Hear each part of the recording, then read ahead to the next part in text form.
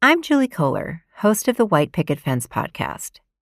If you've read the opinion section of any newspaper lately, you've probably come across think pieces panicking about falling marriage rates.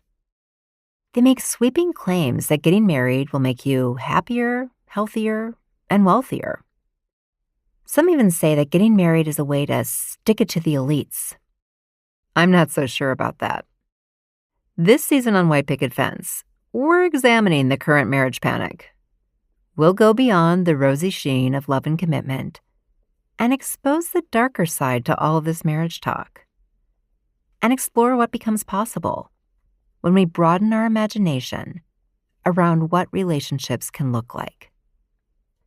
Listen and subscribe wherever you get your podcasts. Welcome back, Brown Girls. I'm Ashanti Golar, the founder of the Brown Girls Guide to Politics. We want to introduce you to our bonus season, Freedom Summer. Say his name. Historically, children have always been essential in the fight for equal rights. In 1963, thousands of black kids marched to protest segregation. On this sit-in, we had about 130 kids. I think on this day, many of us didn't realize just how important our movement would grow to be. Many of the faces that we have seen over the past few weeks leading the Black Lives Matter movement have been those of young black women. Deatra Dee Dee Jackson is one of those dynamic women speaking truth to power as a leader of Black Youth Project 100. While attending Florida International University, she became active at the height of the murder of Trayvon Martin, which led to founding the local chapter of Dream Defenders at her university. Today, we chat with Deatra about how young people are seizing and owning their political power at this moment. I'm really excited to talk to you today. I've been such a big fan of BYP 100 and really excited that you were able to join us, so thank you. Yeah, thank you for having me. So first, I want to talk about the fact that at such a young age, you have done so much for the Black community and the Black youth community.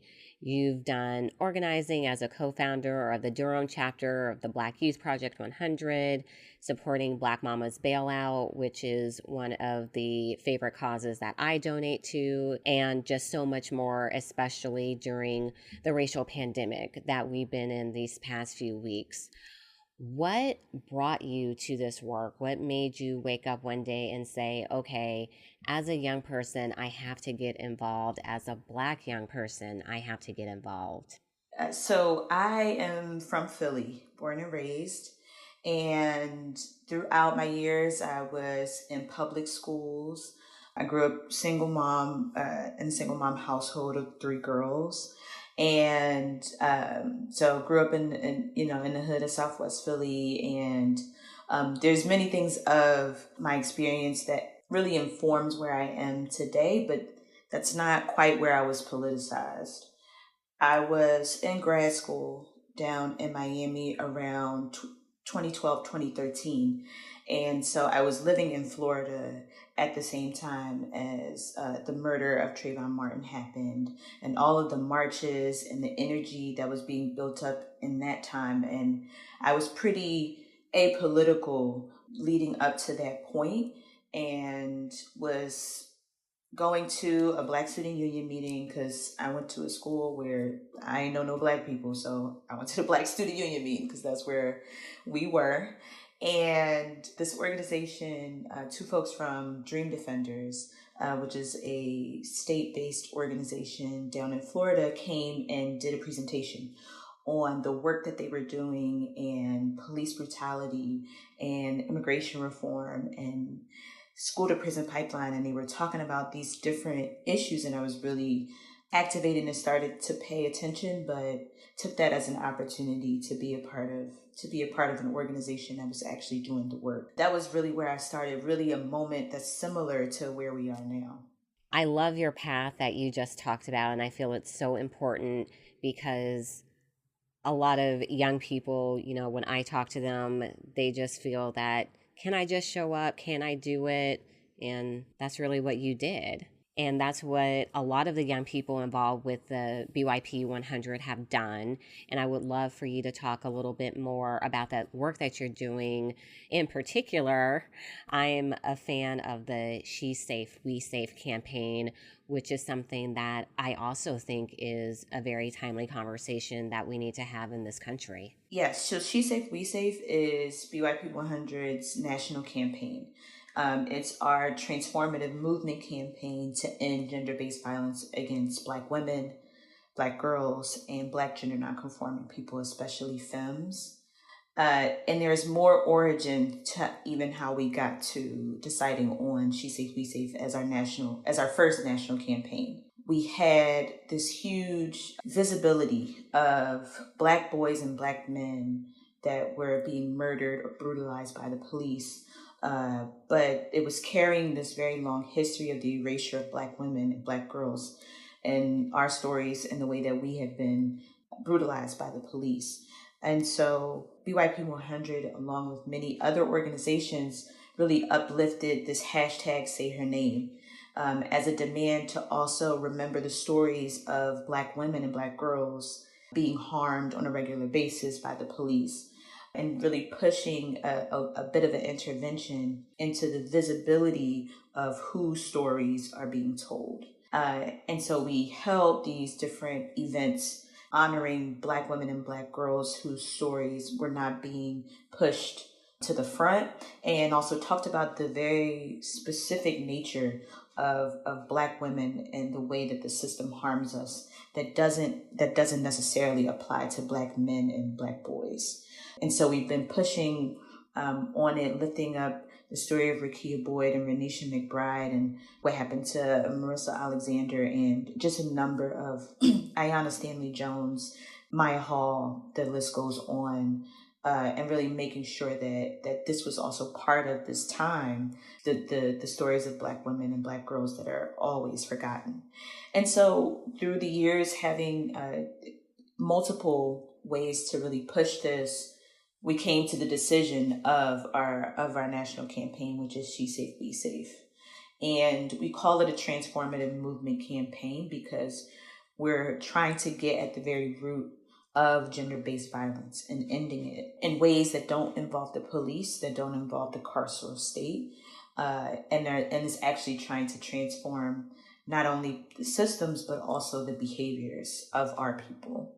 And so our campaign right now has completed its story collection project, which was getting as many stories as possible of Black women and Black girls and Black gender nonconforming people in the ways that gender-based violence shows up at the hands of the state, but also in our communities. And moving with the hypothesis that there are ways that we have kept each other safe that don't involve the police. There's many ways that we've kept each other safe and kept ourselves safe that don't involve the police. And so what are those stories? What are those solutions that we can really highlight and bring up to scale and also offer as more options, more alternatives to policing, particularly when it comes to violence at the hands of our own community, and then divesting from the police is also a big name and a big push on this campaign too. So really divesting from policing in the carceral state and investing into our solutions and into our communities. I love this campaign. I highly recommend that our listeners, go and learn more about it. I think to make it relevant, the fact is we're still calling for justice for Breonna Taylor and all of the other Black women, all the other Black trans women, other Black gender non-conforming individuals who have been harmed. So I love the fact that there is this space to talk about the fact that, yes, there is violence against Black men, but there's also violence against Black women that does not get as much attention, and it is happening as well.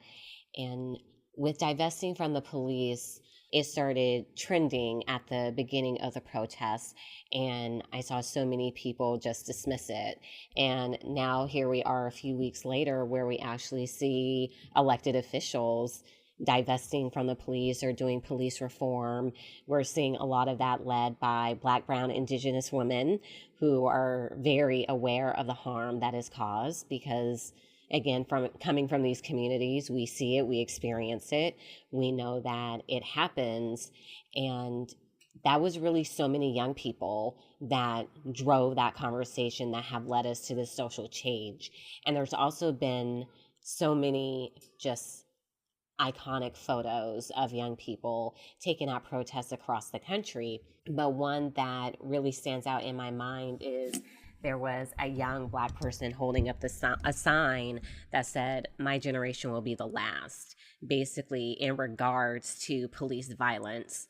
And I love that so much. So how have you seen firsthand how young people have owned and navigated their power during this time when at the beginning people literally thought that once again nothing would happen? I mean, it's important to remember where we are and that this will be, this will be a moment in history. This will be a moment that is such a catalyst moment for what the future looks like. And even thinking about the many different uprisings and rebellions that have happened across the world, they've been led and started and sustained by young people. Pretty much anywhere you go in the world. And so it's no different here in the US that it would kick off in a city and really expand and replicate itself in many different ways. And it's not just the protests, right? It's not just the protests, it's the language. It's what we're demanding in this moment. We're calling for defunding the police. We're calling for divestment. We're calling for abolish. I just think that it is owed to young people of really wanting to move with the faith that there is going to be a time where what we are experiencing in our relationship with police is unimaginable. It's just like, but ask your parents. Like, they didn't have cops in schools. It's not that distant of a history. I think that there's ways that young people have learned that in these moments we really need to take advantage by really pushing our narrative and saying what we've been saying, which has been divest, invest. And it has been defund and disarm and demilitarize and delegitimize the police. And so now is a moment for us to really live in that lineage of uprisings and rebellions. This episode is sponsored by Purple. All bedding and pillows are not created equal. If you peel away the layers to see your average pillow or mattress, you'll see they are not created with the same love and attention. And that's what makes every Purple pillow and mattress unlike anything you've ever slept on. The Purple Grid sets the Purple mattress apart from every other mattress. It's a patented comfort technology that instantly adapts to your body's natural shape and sleep style. Sometimes you don't know comfort until you try something new. You can try every Purple product risk-free with free shipping and returns. And Purple has financing available as low as 0% APR for qualified customers. Experience the Purple Grid and you'll sleep like never before. Go to purple.com/BGG10 and use promo code BGG10 to get 10% off any order of $200 or more for a limited time. That's purple.com/BGG10, promo code BGG10 for 10% off any order of $200 or more. Terms apply. You talked about, politicians talking about Black Lives Matter, being involved in Black Lives Matter, just the overall movement. And we know that is wonderful. There are lots of elected officials who have come along. There's still some that need to come along. There's always work to do. So what are some of the ways that BYP 100 helps keep politicians accountable, which is something that I talk about a lot? Is, yes, it's wonderful that these candidates are saying things that you want to hear, that they want to work on, but you also need to be there when they're elected to make sure that they're getting those things done, and you're not only seeing them every 2 to 4 years when it's time to get reelected again. Mm-hmm. I mean, elected officials are difficult to trust. There's so many ways that they are not held accountable, or that they're not able to actually withhold. And so, like, young people in general having any kind of across the board hope in elected officials is not really there, and it's not really and hope isn't a renewable energy. And so I think that it ends up being on us to really figure out what are the ways that we are able to organize and push on what we really want, and in a way that we don't feel that we are compromising our stance or we're compromising our ideology. I think that there's an opportunity in this moment that we really have to figure out or plan for ways that we would actually govern. And not just in the sense of having political power and being able to do for our community, but in a way that is actually strategic for the larger win that we need. And the reality is that our opposition has no problem taking political power. It's not even a question, because they know that it is the means of which they are able to enforce control, and it is the means that they are able to keep capitalism in place. And all the ways that anti-Blackness shows up through the system, they're able to keep that power because they have no question about governing. They have no question about moving people up the ladder, quote unquote, into positions of decision making over our lives. And trying to hold people accountable, it looks like making sure that folks know that it looks like creating a real polarization. And I think that uprisings and rebellions create deeper polarizations. It comes to a point where whether you're with us or you're not. And I think we continue to really move in there of there's no way to continue to increase police budgets and increase money into other places. We're not asking for both. There's no both. Actually, there's no both. The same way the prisons, they always some kind of way reach capacity. And so that means they always have to expand. And that is what capitalism does. It creates this idea of consistent growth through exploitation of people. I think we do need more leaders and folks that are coming from our movements that are able to move in these positions of power for the sake of the larger strategy, for the sake of being a people's candidate and not a politician. I love that. Be a people's candidate. And everything that you said is so true. In my professional career, I'm the president of Emerge, and we put out our statement on demanding justice for Black Americans. And one of the things that I said in the statement is that if we don't have elected officials that plan to undo systems of suppression, white supremacy, anti-Blackness, that they need to be replaced. And someone said to me, wow, I can't believe you said that and put it in writing. And I'm like, yeah, I did, because it's true. Because we have to realize that elected officials do have the power to uphold these systems, and you can't break down the master's house using the master's tools. You have to go in there and you have to be the one sitting at the table doing the work. Just again, in love with BYP 100, all the work that you're doing. Please tell our listeners how they can support your organization, and for our young people who are listening, how they can get involved in your organization. Yes. And I'm also really glad you wrote the letter that you did and named explicitly what needed to be named. So for everyone listening, yes, BYP 100 is a national organization. So we have chapters in 10 cities across the country, mostly major cities. Those are all listed on our website.